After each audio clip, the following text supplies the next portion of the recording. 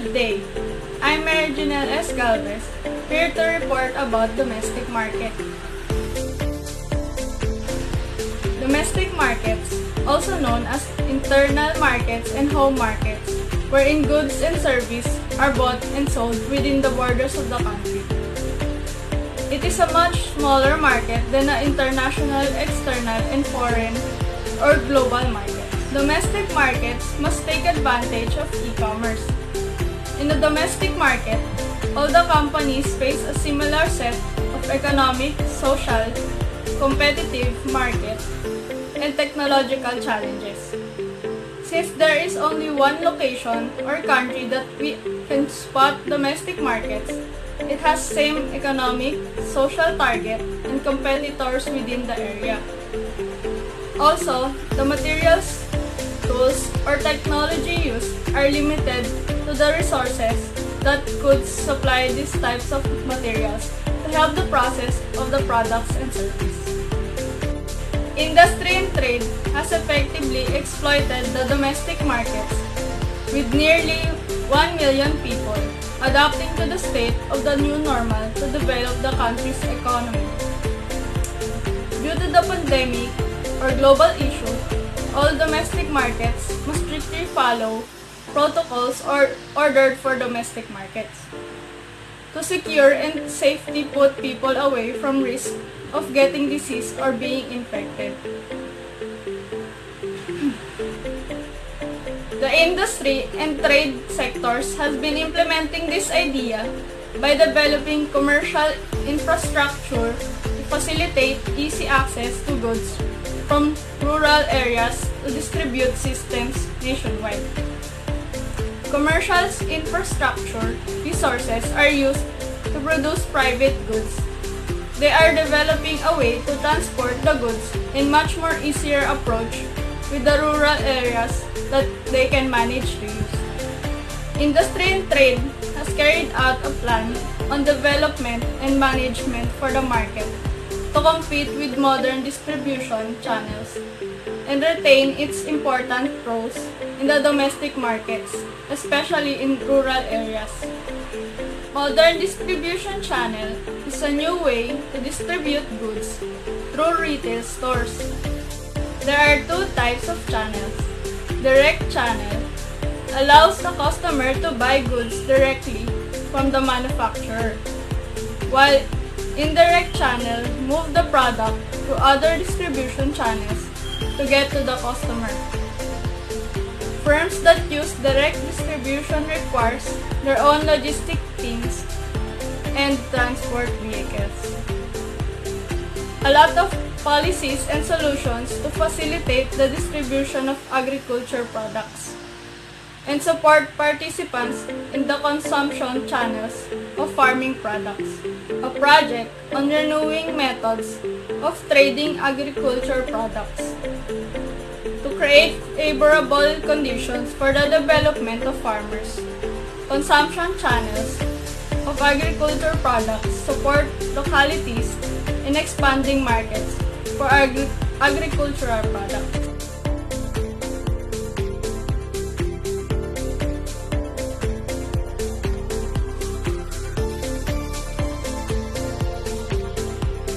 While agriculture face problems like farmers cannot sell directly to ultimate buyers such as processors, exporters, and retailers, this forced the farmers to sell their products to traders and local aggregators, which increased the service cost and farmers making less profit to how much they should actually make.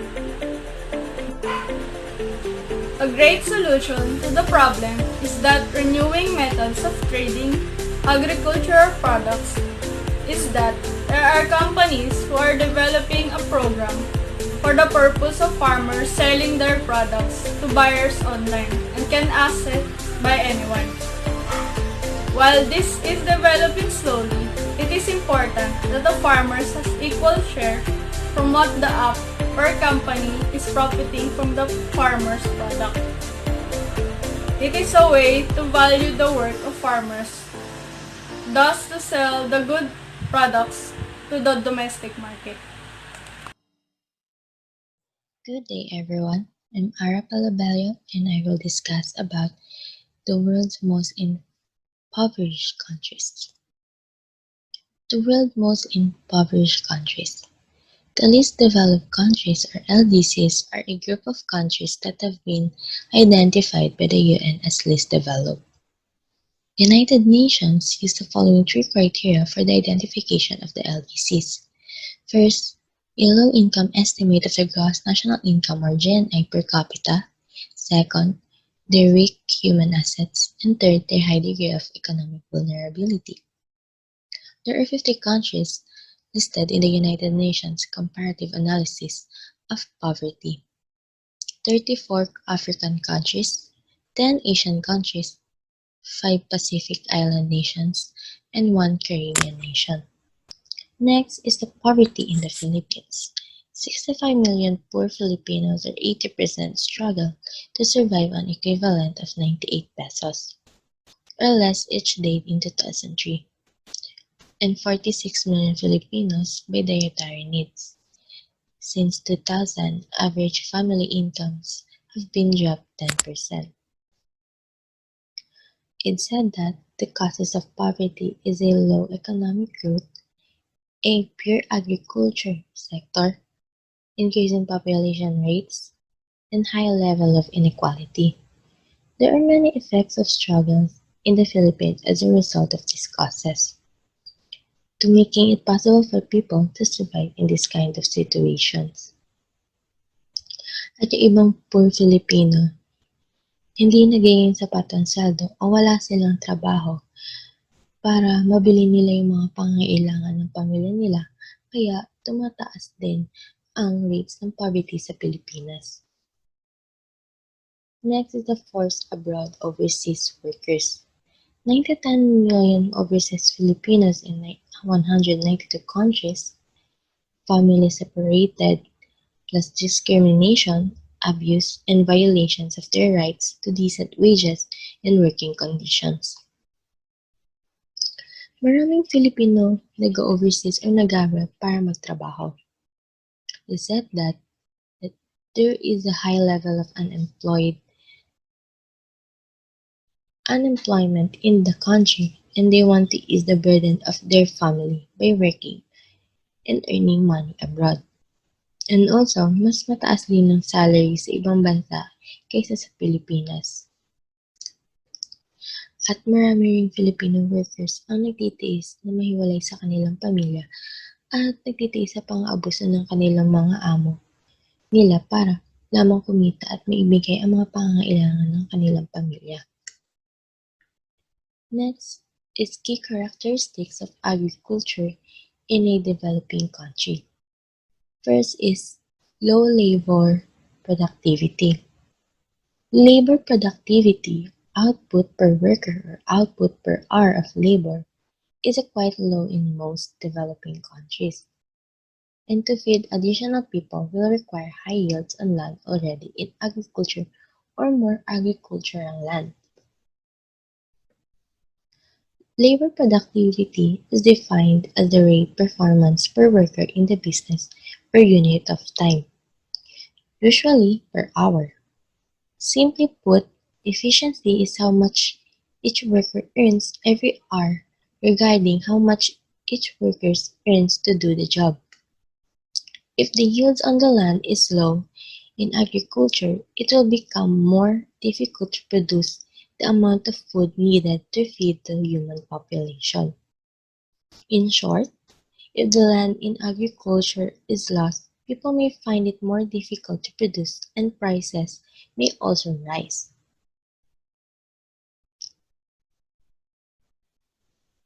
High cost of agricultural products and large percentage of income is spent on food. And the problem is not merely on the availability of food but on high cost of food items. Next is the food's share of household expenditures declines with economic growth. In general, as per capita income increases, the percentage of household income spent on food also declines. As household earn income, they choose to spend most of that additional income on things other than food. Dito naman, hindi na maibili ang needs and wants nila due to high demand or rises of high price on products. Kaya nagde-decline ang gastusin sa foods and other stuff. Next is the small family farms. Small here means the amount of land that can be farmed by a family without relying much on hired labor, perhaps on 2 hectares. Many areas of developing countries, but over 1,000 hectares in many parts of US, Australia, Canada, and New Zealand. Dito naman sa small family farm, in other words, small family farm declines because of the high food prices and low farm income, and also declining number of working agricultural operations since the economy continues to grow. Next is limited commercialization. Small farms in developing countries tend to produce subsistence crops for home consumption. They produce subsistence crops to support farmer and his or her family, leaving little or no surplus for sale and trade. As a urban increase in size, agriculture production became more advanced and commercial farming developed, with farmers growing a large amount of certain crops that they exchange for goods or sold for each cash. Lastly, agricultural growth is necessary for economic growth. Nearly every high-income country has a high productive agricultural sector, and agricultural growth was in every case a critical component of the process of economic growth. Why agricultural growth is necessary for economic growth? Because it is produce food for expanding populations with higher income, increasing markets' industrial output, and providing export earnings to pay for imported capital goods. And that's all. Thank you. Good morning, this is Mary Joy C. Gallego, third year NBS BA Marketing Management student. Today, we will be discussing about the subsistence in agriculture connect to the topic of domestic market, a developed economy. So what is subsistence agriculture? Subsistence agriculture involves food product mainly for the family and local community, rather than for market. Meaning to say, farmers focus on growing enough food to feed or sustain themselves and their entire family. They do not sell the product that they harvest to the market simply because they do not have enough harvest to sell and generate adequate income. Farmers keep few if any livestock, often relying on hunting and fishing for much of their food supply. For many subsistence households, a number of crops are grown on very small plots of land. If a harvest is not successful or good, it can have a negative impact on farmers' security and economic livelihood. Agriculture is the primary and often only source of income for poor rural people, most of whom depend on subsistence farming and fishing for their livelihoods. In terms of poor rural people, there are countless of challenges faced by rural farmers, and their ability to produce adequate income from agriculture such as diseases or pests, climate change, degraded soil, and misuse of cultivated land can all have negative effect on farming. Therefore, crucial to introduce practical low-cost solutions that can improve as well as increase farming livelihood. Mas mataas ang unemployment at ang kahirapan sa mga indigenous people and yung mga tao na nakatira sa mga upland areas. Overall, more than a third of the people living in the Philippines are experiencing poverty. Let's proceed to the characteristics of subsistence agriculture. First is involves less advanced technology. Unlike in other countries, their agriculture or their economy rather is more advanced because they have advanced technology to generate or produce more crops. Second, reliance on machinery and chemicals will not be possible without government support. In short, without the support of government, wala tayong magagamit para ma-improve yung production or yung process ng farming natin. Draft animals, which is carabaos and horses, are used to a source of farm power and for transportation.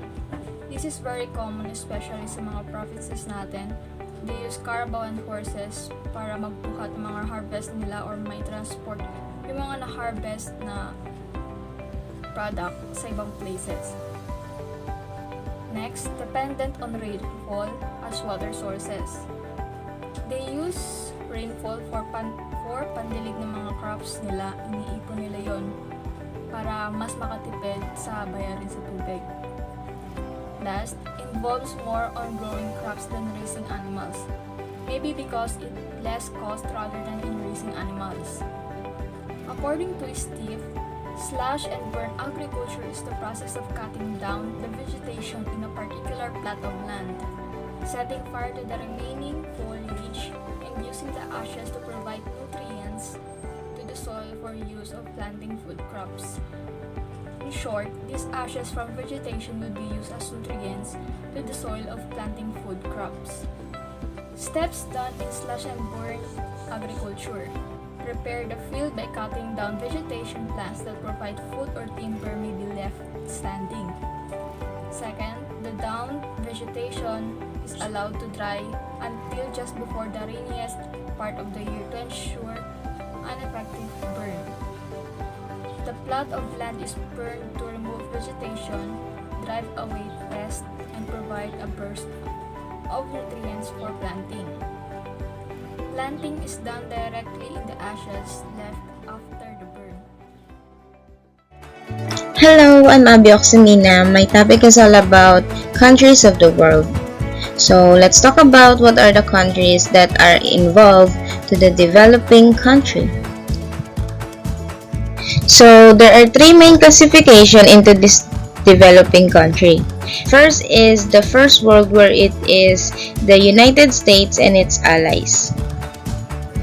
Next is second world, where it's the Soviet Union and its allies. Then the last one is third world, where it's a non-aligned and neutral countries.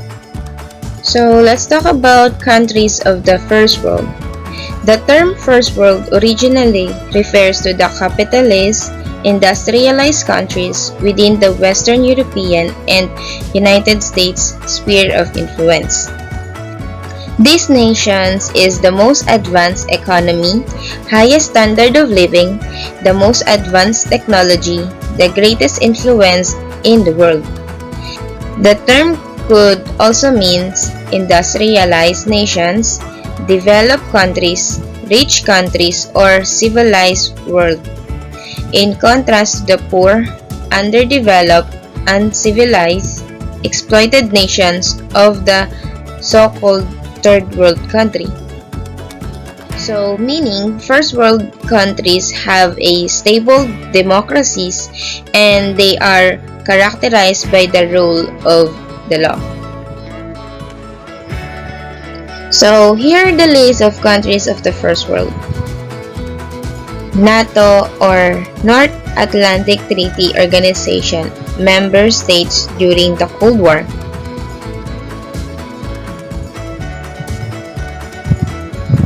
And US allied states. Former British colonies, which are Australia and New Zealand. Then the last one is neutral and more or less industrialized capitalist countries, which are Austria, Ireland, Sweden, and Switzerland. So next is countries of the second world. Second world refers to the former communist socialist industrial states. This is a formerly the Eastern Bloc, the territory and sphere of influence of the Union of Soviet Socialist Republic or Soviet Union.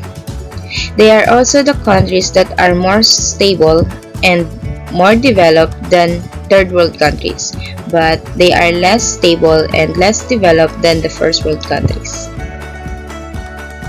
So here are the countries that are part of the second world country.